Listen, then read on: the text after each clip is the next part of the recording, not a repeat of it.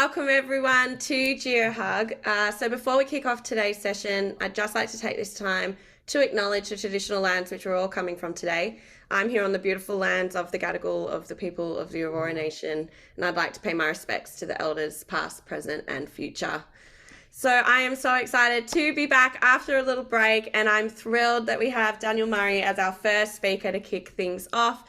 Daniel is the CEO of Empathic Consulting, where he helps businesses and leaders to drive performance through people, culture, and empathy. He's become an expert in building the capabilities, tools, and strategies to embed strategic empathy, and it's going to be incredible hearing from him today about leading with empathy, driving performance through understanding people. So it's going to be a great session. I hope you all enjoy it.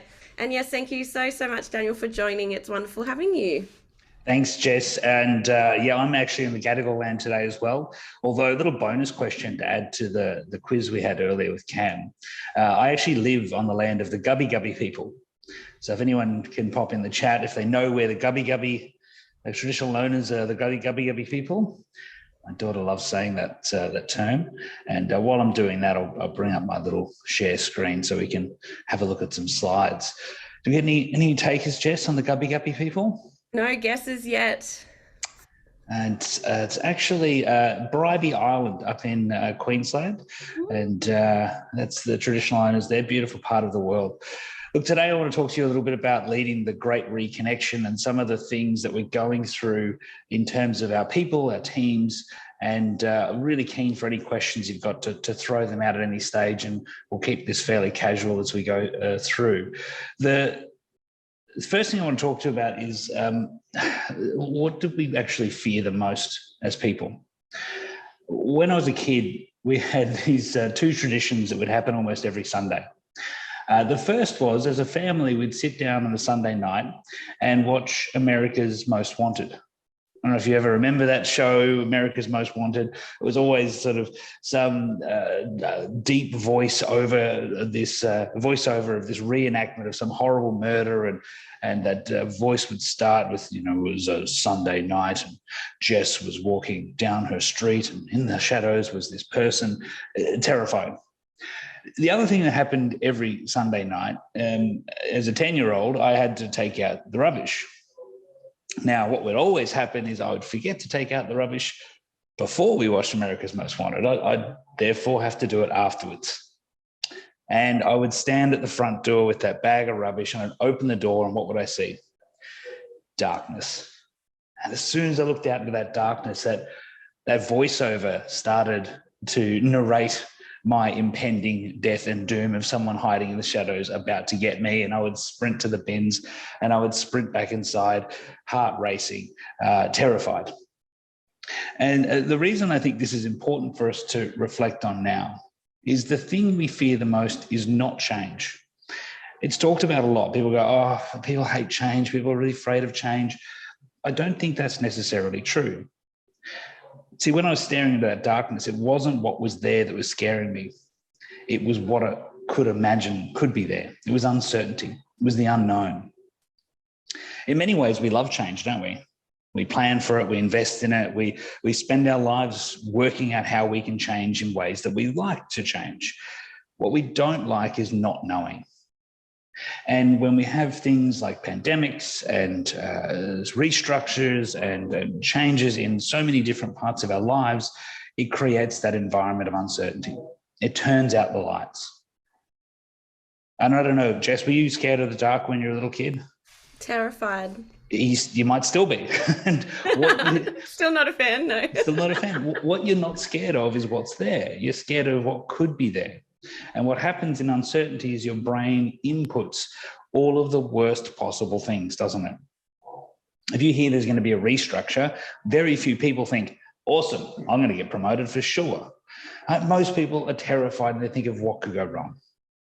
And when we're working in teams or working with organizations or working with different stakeholders, this sense of uncertainty is the thing we need to be more cautious of. We need to realize that when we create uncertainty for our people, for the people we work with, that's really what terrifies them. It's not change. It's the fear they don't know what's going to happen next.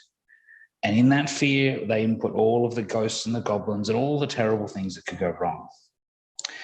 And this is why when we're working with people and teams, particularly when we're working with very intelligent people, very technically minded people, it's very easy to forget that fear doesn't have to make sense. When we're working with really logical people, we look at all of the logical parts. We look at the processes and systems. We look at the rules and we think, well, all of that is logical and makes sense, so people shouldn't be worried. But that's not what we see, is it? Let me give you a good example of this, Jess. I'm sure this has happened to you.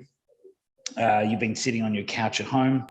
You've got your popcorn there. You're watching maybe a scary movie. I don't know any good scary movies, maybe some sort of a thriller, and the person jumps out with the axe. What do? I jump every time. You get scared, right? So let's just logically break down how ridiculous that is. How much danger are you in from that axe? Zero. It's impossible. It's not real in the first place, and it's on a TV away from you. There's no danger here. I mean, the most terrifying thing at the moment is that bowl of popcorn is a choking hazard, and you're just shoving that in. You're not even worried, right? We know that the things inside of us that drive this fear and uncertainty can absolutely be illogical. But when we're working with humans, we need to acknowledge that. We need to know that the things that people will be afraid of, will be uncertain about, the things that will drive these feelings of anxiety, which are really important for us to remember and to think about, don't have to make any sense. You see, for humans, emotions really matter. Now, I'm sure there's some of you who are like, yeah, not for me. I just do my work and emotions don't matter. But it's not true. Emotions always matter for human beings. It's a very, very small number of people who don't really have strong emotions, and they tend to have real trouble in fitting in the world. Emotions come first. There's actually these experiments done on a phenomenon called blind sight. I don't know if you've heard of this before, but there were people who had lesions on the visual cortex of their brain. So they were blind. Their eyes worked, but they couldn't process those signals. They couldn't turn them into images in their mind. What they found, though, is if they put a photo of someone smiling in front of these people, they smiled. They reacted to the photo.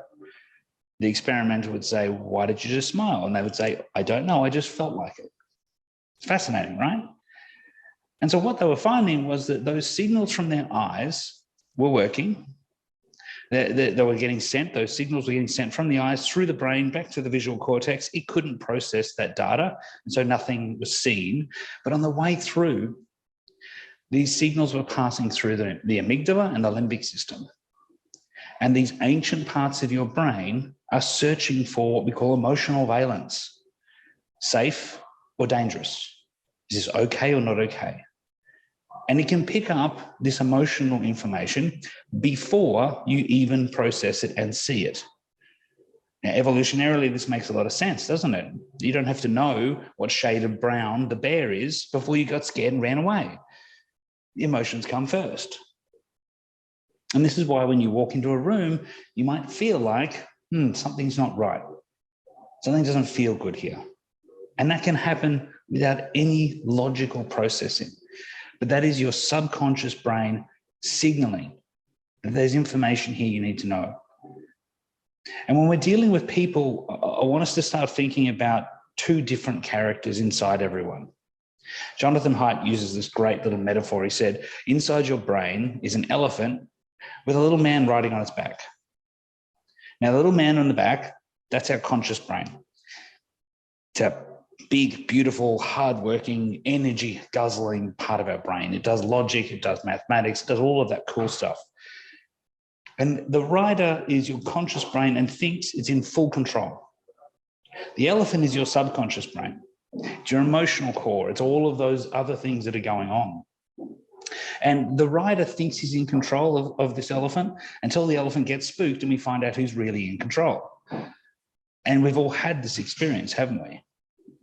Your subconscious brain is that part of the brain that gets scared at the movie, that interacts with others in emotional ways. It's the one that makes the decision that when someone cut you off in traffic, you should get very angry and beep. I mean, it might have cost you 30 seconds on the drive home, but your response to that subconscious emotional response to that has no necessary need for logic or reason. but it drives the ship, doesn't it? A little fun fact, actually, Jess, here's a quiz for you. Your brain has about 11 million bits of data flooding into it every second. 11 million bits of data a second go into your brain. How many do you think that rhino, your conscious brain, this super intelligent part of your brain, how many of those bits of data do you think it can process a second out of 11 million? One. One, sometimes. It's not many. It's not many. It's about 50. Whoa. 50 bits of data go into your conscious brain, and that's all it can process. And this is why when we're concentrating on something, it's very hard for us to keep track of lots of other things. Now, the big question is, how much does your subconscious process? And the reality is we don't know. We can't answer it. We can't answer it because the subconscious can't respond. It can't answer the question, has no ability to produce language and let you know. But it's a lot. And the reason I know it's a lot is if you've ever been, let's say you go to the gym, Jess, you're on the treadmill, you're walking away. Have you ever consciously thought, "Ooh, I need some more blood in my legs, calves. I'm going to dilate some capillaries down there. I'm going to increase the blood flow, divert blood from other areas of my body. My core body temperature is up about 0.2 of a degree, so I might even start sweating." Have you ever consciously done any of that stuff? No. Never. But you've done it all right. All those things have happened. Yeah. So inside your brain, we have this little rider who thinks he's in control and who's very clever. But when you're leading and working with people, you need to realize you're leading elephants. You're leading these emotional, intelligent, and creative beasts that don't necessarily follow all those rules. And what we tend to do is we make decisions that are emotionally based, and then we justify it using the rider. We decide to buy a certain car, and someone asks about it, and we say, "Oh, it's the high driving position and the good fuel mileage," and really it wasn't. You just liked it. It felt right. And when we're leading people, we so often focus on rider language. We focus on strategy. We focus on process. We focus on systems. And these are all things that the rider understands. But when we work with people, we've got to realize that that doesn't necessarily drive behavior and doesn't drive performance. We want to drive these teams and these feelings of a strong culture, high performance culture. We need to lead elephants. We need to make sure elephants feel like this is a safe place. They feel like they want to do work here. And these, when we're putting people in these states of uncertainty, it can be really damaging to our performance. So the research is really clear here. Prolonged anxiety is very damaging. Short-term anxiety can be really useful, right? You're going to go up and speak on stage in front of lots of people. You get that little rush of blood. You get that little rush of adrenaline and dopamine, and all these things are happening. And this is your body preparing you for this situation of uncertainty. And in short bursts, that's really good. Prolonged anxiety, though, is not. Long periods of that continuous release of chemicals can actually stunt our ability to respond. There's really good research on this, that people who are in prolonged anxiety struggle with lots of decisions because of these chemicals that are bouncing around in their brain and slowing down their ability to make good decisions. It actually reduces your mental capacity. So you don't have the ability to multitask. You don't have the ability to do lots of different things. And you feel like there's so much on your mind. And a lot of this is driven by those chemical reactions. We see people suffering what we call emotional fatigue. And you'll often see this when people are really struggling and everything seems to irritate them, or the smallest thing seems to create a big impact. And often it's this emotional resilience that we have most of the time has been faded and taken away. And probably the worst thing is there's really good research to show that when people are in prolonged anxiety positions, it actually makes their decision-making far more pessimistic and catastrophic. I'm sure many of us have felt like that when we're in these states of uncertainty. Oh, every red light. Oh my God, just my luck, I always get these red lights. Everything's a problem. Oh, this is going to go wrong. And we try and we struggle to see the possibilities ahead. And as you can see here, these are all things that are driven by that elephant being in a state of uncertainty. And what we tend to do, and we talk to people who are like this, we say, but let's just go through the facts. Like, you've got a good job, everything's fine, you're getting paid well, here's all the factual pieces. But those facts talk to the rider, they don't talk to the elephant. They don't help the elephant. Jess, when you were scared of the dark, did your parents ever go, but look, there's nothing there. I'll turn on the lights, open the cupboard, there's nothing there, right? Check under the bed for me. They check under the bed, but it doesn't help, does it? No. They're talking to your rider. They're not soothing your elephant. Mm. And so what we need to remember is, in these moments of uncertainty, we all experience them at times. We all have these moments. Maybe in the chat, pop in there and share with others, what are some times where you've had this moment of uncertainty? When have you had these times where you weren't really sure what's going to happen next? And how did you respond to that? What did you do to work your way through it? So I want to talk about this because there's a lot of people you're working with who are in these states now. Now, what's going to happen with the commodity prices? What's going to happen with this mine? What's going to happen going forward? What other things could impact on us? And what we know is that in these states, the job of a leader is to lead our teams into that sense of safety, is to provide this sense that everything's going to be okay. And again, we need to talk not only to the logical parts. People don't just need chevrons and nice PowerPoint decks. They need to feel safe. Riders will read the strategy. Elephants feel the culture. And so when we're talking about culture, we're talking about leadership and people, we need to make sure we balance both sides of that equation. One of the things that you might have heard, pop in the chat if you've ever heard someone use this phrase, we need to get people on the bus. Have you come across this before, Jess? Got to get people on the bus. I think it was Jim Collins maybe talked about this one. I love his work in general. I think this is a terrible metaphor. Let me explain why. The thing with buses is they go really well, whether there are people on it or not. As long as there's a driver, a bus goes fine. And actually, if you put more people on the bus, it potentially even goes a bit slower, doesn't it? The second thing I don't like about the metaphor is, what do people become when you put them on a bus? Passengers. Who needs more passengers in their job, in their workplace, in their teams? None of us, right? We don't need passengers.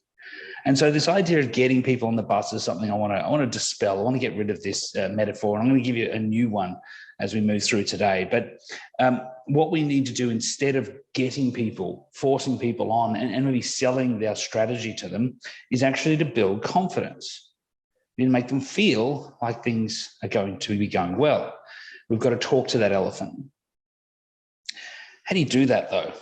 Well, we've got to get this idea of strategy and people right. You see, there is a level of confidence we can build, and as a mathematician, I'll show you a little 2x2 here. There's two ways that we can start to build confidence in our teams. One is across the bottom here, confidence of strategy. We have the right rules and processes and systems and policies. We get all of those things in place. The second place is confidence in people. We trust the people who are around us. We build our confidence that way. Now, what we know is if we have both, we probably feel pretty safe. And if we have neither, we're probably in a state of fear. And what you'll find is sometimes you'll see people, you'll work with people, and they'll have fallen a bit into that black space. They'll feel like, oh, I'm not really sure where we're going. How's this going to work out? I'm not sure what's going to happen next. Uncertainty starts to lift, and performance will naturally start to drop. If we leave them in that state of prolonged anxiety, we know what the outcomes are going to be. Eroded performance, poor ability to make good decisions, pessimism, etc. So the question when we're in this black space down the bottom left is, which way do we go first? Now, as a person with a degree in mathematics, I love strategy, I love structure, I love policies, process, and I love all that stuff. It's really important. And because of that, often people who are very analytical, they'll start by going across the bottom there. Let's get all our ducks in a row. Let's get all the pieces in place first. Let's focus on the strategy first.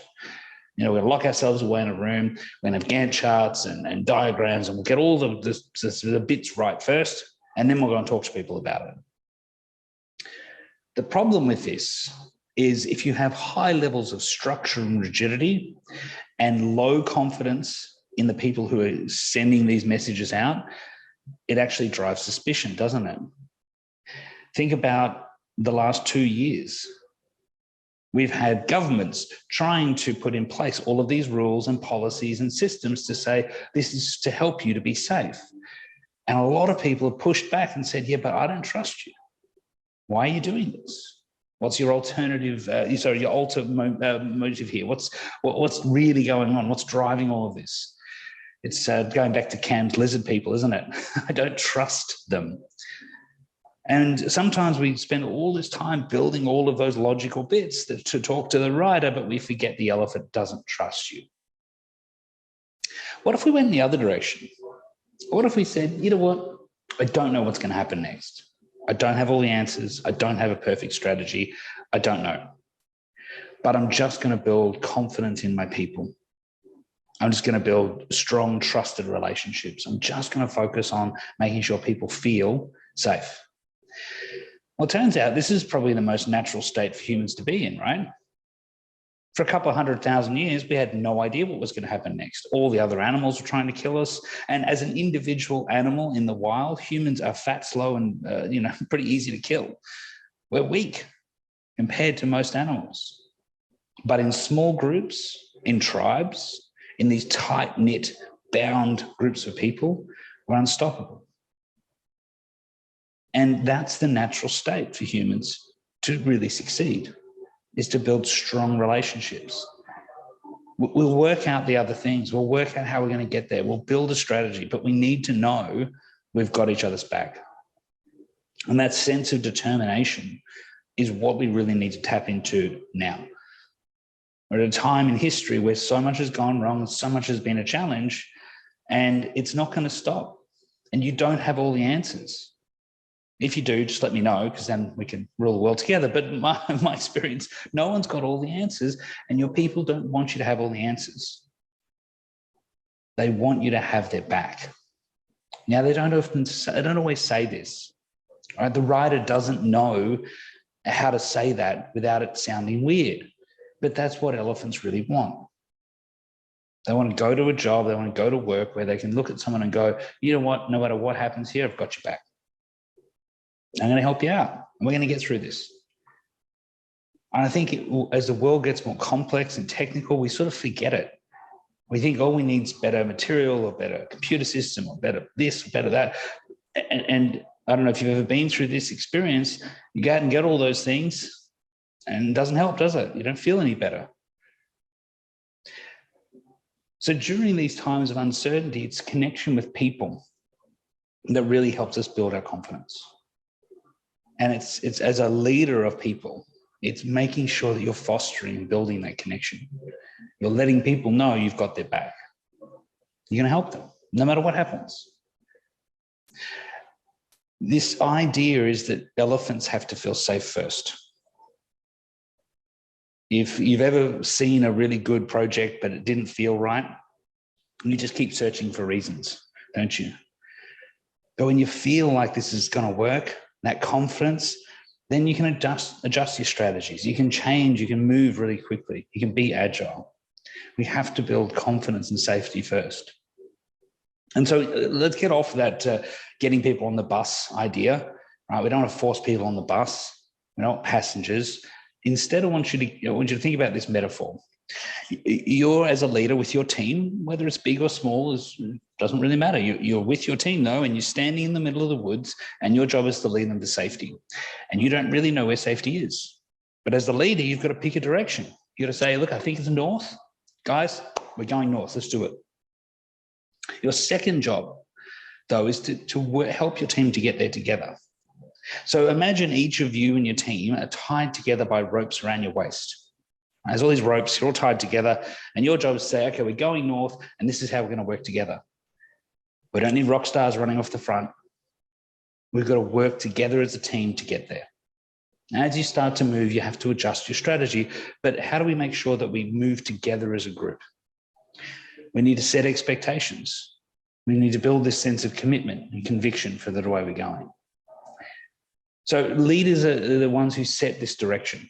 Guys, this is where we're going. This is how it's going to work. We can do this together. And you'll need to constantly adjust that setting. But you have to set the direction that we're going. Then you also need to set and hold people accountable. Set expectations and hold people accountable to them. This is how we're going to work together. We're in this as a group. And as you're doing this, there's some people you need to watch out for. We're going to work through this idea of these two pieces of conviction to the cause and commitment to the team. But as we're doing this, there are some things that pop up, some people, some characters. I call them passengers and pirates. And they happen in all industries. We see them quite a lot in every area. And you might have some of these in your teams at the moment. So let me tell you what they look like and how to identify them. The first one is pirates. So what pirates do is they pull in a different direction. Right? So in our group, we're all tied together by ropes. We're walking north, and a pirate goes, I think it's west. And the pirate starts to pull in that direction. Now, what happens in our metaphor? Well, what happens to those ropes? You get tension, don't you? There's a pulling now on the ropes, and everyone feels it. You can feel, I feel like I'm getting pulled in this different, this isn't comfortable anymore. Anyone worked with a pirate before? You know, it's really challenging. And when they're pulling in this direction, it's your job as a leader to support that person first, to ask them questions. Hey, why do you think it's west? What's going on? Maybe they know something you don't know. Maybe they've got some great ideas. Maybe you need to adjust. It's not north, it's sort of northwest-ish. But you have to go and address that tension. Now, as you're talking to this person, you might say, no, look, I'm really sure it's north. So we're going to definitely go north. So if you want to be part of this team, we're going to go north together. And maybe they come back around and join your team. But it's also okay to part ways sometimes. You need to resolve that tension. If there is this pulling in that direction, you must resolve the tension. And it is okay to part ways. How you part ways is often more important, though. This is not about saying, well, you're wrong, we're right, so we're going to cut you loose, we're going to fire you, we're going to haul you across the coals. That's the world's not that big a place. We bump into these people again, don't we? And so it's fine to say, hey, look, I get it. You want to go west and you're passionate about it, and I'm going to support you. I'm going to help you. I'm going to find someone who's going west, and I'm going to help you join them. And I'm going to wish you all the best. But we are going north, and if you don't want to go north, you can't stay. We have to part ways. You see, if you don't resolve that tension, one thing that pirates are very good at is recruitment. And they start whispering to other people, oh, it's definitely west. I think he's wrong. I think they're going the wrong way. Let's all start to go west. And the more that tension builds, the more strain it puts on your performance. Your job is to lead this group to safety, and you need to resolve tension quickly. The second type of character, though, are the passengers. And sometimes these are the more dangerous. Now, what passengers do in our metaphor is they sit down. Right? So we're all tied together by ropes. We're walking north. And a passenger goes, you know what? I'm not going to walk anymore. I'm just going to sit down. Now, what happens to our ropes? We get tension, don't we? Get pulling on this rope straight away. Everyone can feel it. And some leaders think, oh, well, I'll just do a bit of extra work. I'll just make up for that person. But everyone can feel that tension, can't they? And now what happens to the people around the passenger is they're faced with a problem. What gets triggered in the minds of these people straight away is, this isn't fair. Why am I doing all this hard work and they're just sitting down next to me? This isn't fair. And when they have this feeling of injustice, in the elephant gets that sense of injustice, this isn't fair. They need to resolve it. There's only a couple of ways they can resolve it, isn't there? The first is they go, well, you know what? If they're going to sit down and get paid, guess I'll sit down too. And as the leader, you might go, oh, I'll just do a bit of extra work for both of them now. But you can't do enough extra work to pull these people along. And I've seen plenty of leaders dragging their team, who are just sitting down doing nothing, trying to be nice to them, trying to get them through. The second way that we can resolve that tension, and it is much, much worse for you, is that your good people see that person sitting down and they say, you know what, this isn't a team for me. Clearly, the expectations of this team are lower than I thought they were. I'm going to go somewhere else. Maybe pop in the chat if you've ever worked in a team where passengers just seem to accumulate and good people walk out. And this is really topical at the moment because there's plenty of people who are saying, look, we just need warm bodies. We just can't get enough staff. We need more people. So just bring in anyone. But what's happening is we're bringing in people who aren't meeting our expectations. And they're causing this problem that our good people then say, well, this is not the place for me. Our good people leave. We have more gaps in our workforce. We try and bring in more people. And really quickly, we've recruited a whole team of people who don't meet expectations. And we blame it on them. And I'm here to tell you it's not their fault. It's the leader's fault. You cannot let your people drag passengers along in the dirt. You must talk to them. You must set those clear expectations. You must say, this is how we do things around here. These are the standards we uphold. Talk about it constantly. Be very explicit around what those standards are and hold people accountable. In reality, the performance of your team is driven by the behavior you accept. And the lowest accepted behavior becomes the determinant of your performance. It is absolutely okay. No, it is imperative that we speak up to bad behavior, that we are constantly reinforcing these are the ways we do things around here, and we hold people to account. It's empathy and culture are one of these things that too often people talk about it as being nice and being friendly to everyone. That's not really what we want. We don't want everyone to be our friend, but we do want to trust people. We don't want to have all the answers, but we want to reduce uncertainty. We want to know how we're supposed to behave around here. And if you've ever had the experience where you knew that someone did something that wasn't right, and then you knew that the boss knew and they didn't say anything, it starts to really create doubt in your mind. So what I want to quickly go through now, and then I'm sure we'll have some questions as we start to get towards the end, is how do we focus on motivating people? Motivation is a huge, huge area. There is a lot of research in behavioral economics around this. I'm going to try and keep it relatively simple, though. There's sort of 5 layers in our ladder here that we want to think about. And the first is around clarity. If we want to build our teams and make sure they are driving good standards and performance, they need to understand what they are. Right? They need to have real clarity on what's required of them, what they need to do, and how they need to do it.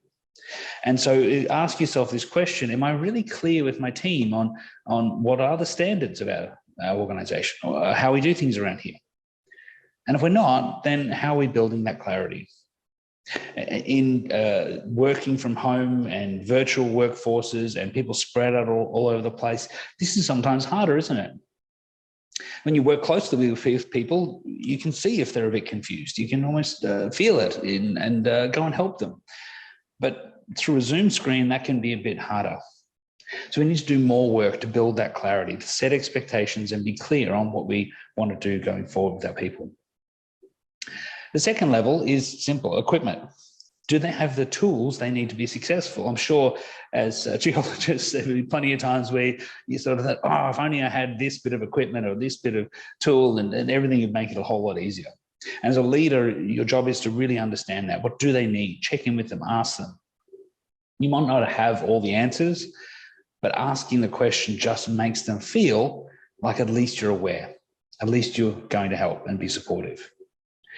The next level is competence. Do they have the skills they need to succeed? Now, we need to push people a little bit. We need to stretch people and give them targets. But if you throw someone who can't swim into the deep end and they drown, that's not their fault. And again, this virtual workforce, when there's lots of people spread out, this is sometimes harder. And the leaders who are building these teams of motivation and performance are constantly helping people to upskill. They're encouraging them to share these skills and competencies with each other. And they're building a culture where getting better and improving is just the way we do things around here. The top two levels are where we really get into the hard work. So conviction. Do they believe in the mission?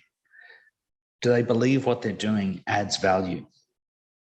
And sometimes, again, this can be challenging because we have big teams and we're sort of spread out a little bit. And you know, this, you hear sometimes people say, oh, I'm just in finance, or I'm just this, or I'm just that. But the work they do has real value. Without those things, the whole system doesn't work. And as a leader, it's partly your job to make sure you're reinforcing that, making sure that everyone realizes that they are important and the work they do helps the overall to improve. There's a good example of this I used to see at the Commonwealth Bank. So former CEO there, Ralph Norris, wanted the Commonwealth Bank to be #1 in customer satisfaction, and they were #4 out of the big four by some way.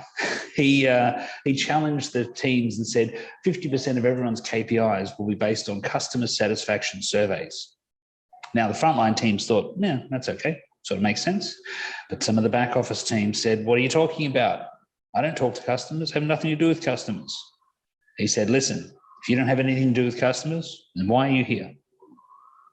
All we do is help customers. You see, in Treasury, your team is to, your job in your team is to go to the markets and work out how much money we can borrow at what rate. And that determines how much we can lend at what rate. And that determines whether Mr. and Mrs. Smith can buy the house of their dreams or not. And sometimes when we're doing our jobs, it can be a case of, well, I just do this or I just do that. But as a leader, you've got to help your people remember that what you do is part of a big system that impacts people's lives. They're here to change the world. And we need to make sure there's clarity for them in understanding that mission and how their work really contributes. There's nothing more motivating than this sense that what I'm doing makes sense. And just a little side story, if you get a chance, look at the work of Dan Ariely, who's a behavioral economist out of Duke. They did this fantastic little experiment where they would give people a piece of Lego to build. And they'd offer them money to build the Lego, and then they'd give them a second one and offer them slightly less money. So it was sort of a sliding scale of how much would they, how much can we pay them to build a piece of Lego? And they found that people would sort of exhaust most of the money and then stop.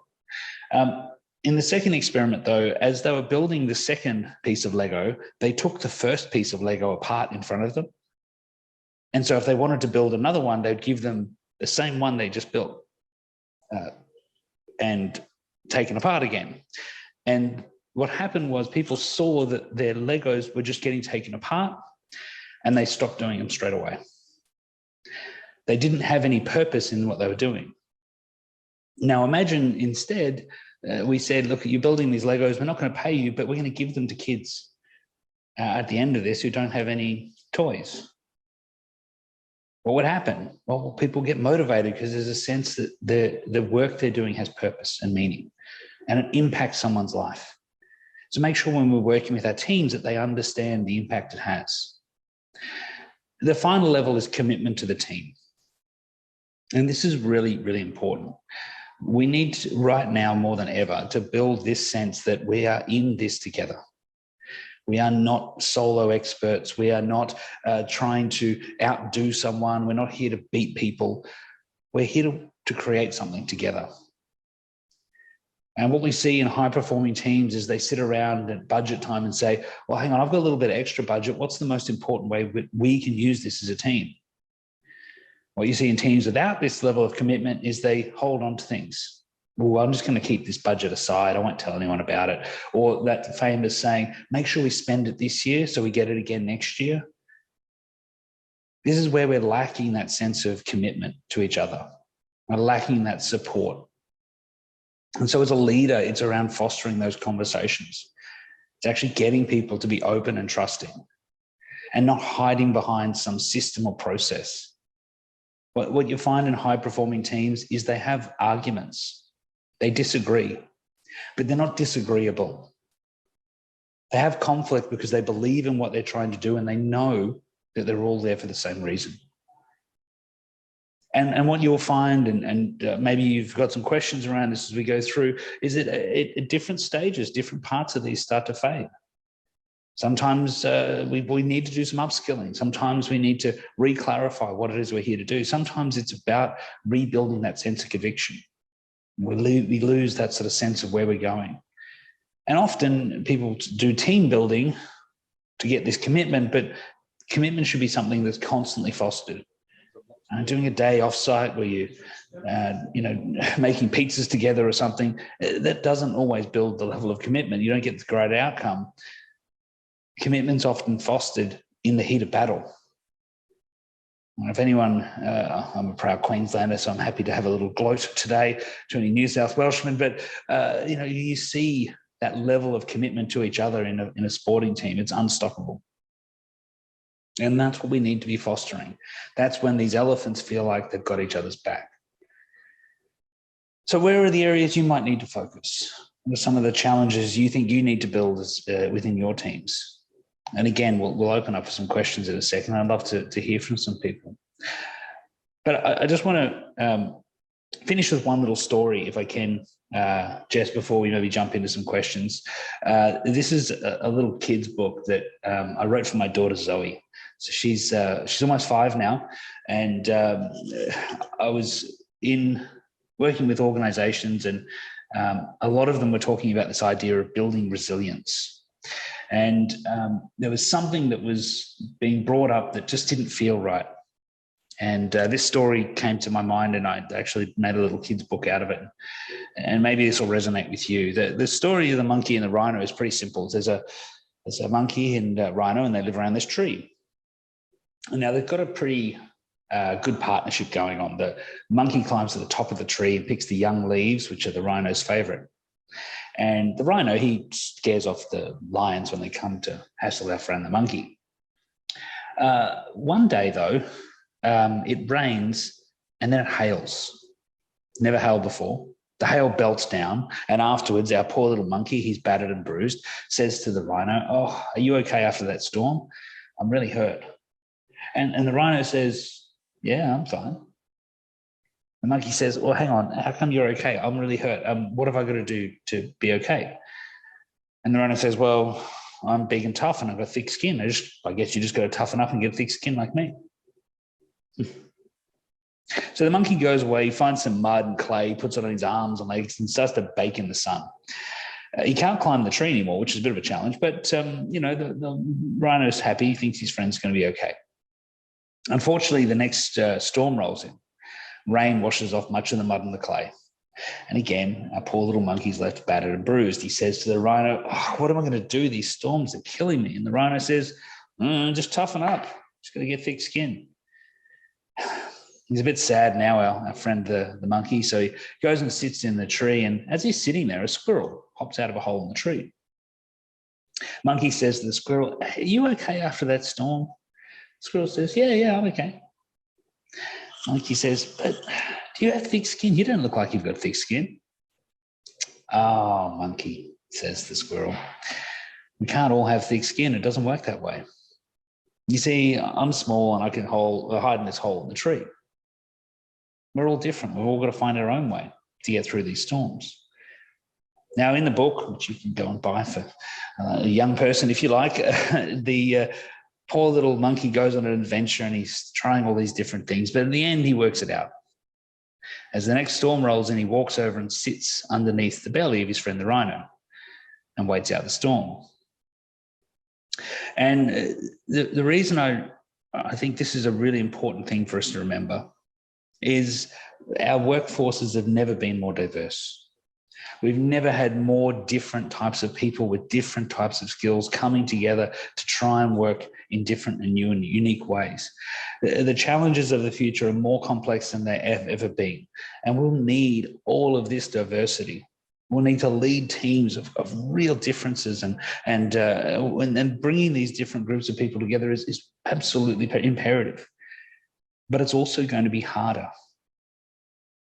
The way in which you got through challenges may not be anywhere near the way your team will. And there are so many rhinos who are really quick to say, well, all you've got to do is, and give this well-meaning advice. But when you're working in teams and leading these diverse teams, it is critical that we're supporting them as individuals. We're understanding them. What are their strengths and weaknesses? What's going on with them? How do they like to work? Not from the perspective of giving them everything they want, but from a position of understanding how to bring the best out in them. And I see too often this rhino mentality of, well, we just got to knuckle down and get on with it. And as I said, the intentions are fine. But as a leader of people, you want performance. And sometimes putting people into that state of just toughen up starts to feed their elephant with this sense of uncertainty, this sense of unsafety, this sense that I'm not sure what's going to go on. And we spiral into that anxiety process we talked about earlier. Really, as leaders, what we know is that it's empathy that drives commitment, and that drives performance. When we have this sort of transactional way of working and leading, people just feel like they're a number. And often we find resistance to that. Sometimes we see expert-based leaders who are all about coming up with the right answer. And this is writer talk, isn't it? This is strategy work. This is you becoming the expert. Unfortunately, it makes us very good as individuals, but very poor as leaders. And if you've ever worked with someone who pretends to be a leader, they maybe they've got the title leader, but actually they're just a solo expert, it doesn't really foster any commitment, does it? Some people want to focus on relationships, but it's from the perspective of, I want to build rapport. I want to get to know everyone. We all want to be best mates. I don't know that that's really enough anymore. We don't want to like people. We need to trust people. And there's a big difference, isn't there? I mean, I don't need to like my dentist before he puts the drill in my mouth, but man, I better trust him. And Jess, it doesn't matter how much I like you, you are not drilling my teeth. In work relationships, we need to have trust. And the trust actually comes through deep understanding. Empathy is this tool that we need to employ to understand people. What's really going on for them? What's driving them? Why do they do what they do? How do they feel? And how can I support them to be their best? That drives trust and commitment. Now, they might like you or not like you. But if you've worked with someone you deeply trust, your elephant feels safe. And performance drives from there. So, look, I really want to challenge you all. I guess it's now our job to go and put this into action. And now more than ever, we need to build teams of commitment and conviction. And this has all been good. We've talked about it. But the real question I have is, well, what are you going to do? What's your next move? What are you going to talk to people about? How are you going to build those relationships? What conversations are you going to add to the way you do what you do today? They're going to help to foster this commitment and conviction that we so desperately need. I'll pause there. I'll stop sharing my screen so I can take that off. And yeah, happy to, I don't know if there's any questions in the chat. Happy to jump in and take any questions. Thank you so much, Daniel. And yeah, I hope everyone enjoyed that. I'm just going to promote you all up as panelists. So you can jump off mute, chat with Daniel directly, or yeah, send anything through the chat and I can read it out for you. But to get started, there does seem to be some sentiment that perhaps as an industry, a lot of the companies don't have the best leaders. Perhaps looking at one of those later slides, it sounds like a lot of the technical get the leadership roles, which may be more of the experts. Do you have any tips, or what would you do if perhaps someone didn't agree with their leader, or just as an industry whole, if it seems to be a spread problem? Yeah, it's look, it's actually really common across lots of industries. We sort of look at technical expertise and we value it so much because that's often how we sort of build our skills and in some ways how we give ourselves a sense of achievement, right? But there can be this this term we find that happens often, which is you're promoted to incompetence. So you're a good accountant. Now you're a senior accountant, so you're doing the harder work. And then someone goes, great, well, the next step is you're the head of the accounting team. Problem is, what you've gone from doing is accounting to leading people. And we need to recognize that's a different job. That's a different skill set. And what I really recommend for anyone who's leading teams who feels like that might have been their path is invest in leadership development the same way you invest in your technical development. See it as a set of skills and tools that you need to build. You need to develop understanding of. You need to look at it like you would any other job, but recognize that it's actually a separate set of skills, because the thing you might even have done yourself in the past, I know I've experienced it, is when you feel uncertainty, you will default back to what you're really good at. And as a leader, sometimes that is going back and hassling everyone else and getting in their face and telling them what to do and getting really bossy. And you're trying to regain your sense of leadership by actually stepping your role back into doing all the work. And it can feel good, but of course it doesn't drive the team. We haven't got this sense of direction now. So I think, there's obviously lots of tips, and I do a lot of workshops and programs around leadership development, and I'm not just sort of flobbing it off as a question to say, come and do my programs, but go and look at leadership like a separate set of skills you need to develop. It's the same way that if you were, you're going to take up playing the guitar, you wouldn't go, well, I'm a good accountant, so I should be pretty good at playing the guitar, I guess. Of course not. It's a totally different ballgame, isn't it? And leadership is very much the same. Yeah, I guess regardless of your relationship or role, if you suspect someone is going through prolonged anxiety, how do you support them? Yeah, I think, again, one of the things that we know about people who are in states of anxiety is if we ask them what's causing it, they can't always explain it. And that's often because of this sort of pessimism and bias towards negativity that sort of goes along with it. The challenge would be to do, first of all, make sure that they know you're there to help them. Like, I don't have all the answers, but I'm keen to have a chat. Let's just grab a coffee. Let's just sit in the lunchroom and just shoot the breeze. I'm more than happy to sit and hang out and just take our time to have a conversation. And, I don't know about anyone else, but as a husband, I sort of get into this problem sometimes where my wife says, well, this is broken. And I jump in with, well, what we should do is, and here's all the answers. And she doesn't help. I don't know if that ever happens to anyone else in their relationships, but she doesn't want me to have all the answers. She wants someone who cares. She wants to have a conversation. She wants to feel heard. And we sort of, as very technical people, we sometimes miss this really simple reality that we're not dealing with riders, we're dealing with elephants as well. And, I would think about not only how do you support them, but how do you get the other people in the team to have those relationships and conversations and build that sense of trust and commitment. I think that's really important. Yeah. What's your views of people are born leaders and they can't be trained? No one's born necessarily in any specific area. I mean, I'm good at mathematics. I wasn't born good at mathematics. What happened is I started to have an inkling towards it. I did more of it. I learned more. I built my skills. There are people who have different natural traits, and there's definitely some tendencies. But the reality is, if you're born with attributes that could make you a good runner and you don't run, versus if you say, look, I'm going to get up and run 5Ks every morning, one of those people will be much better at running in the long run.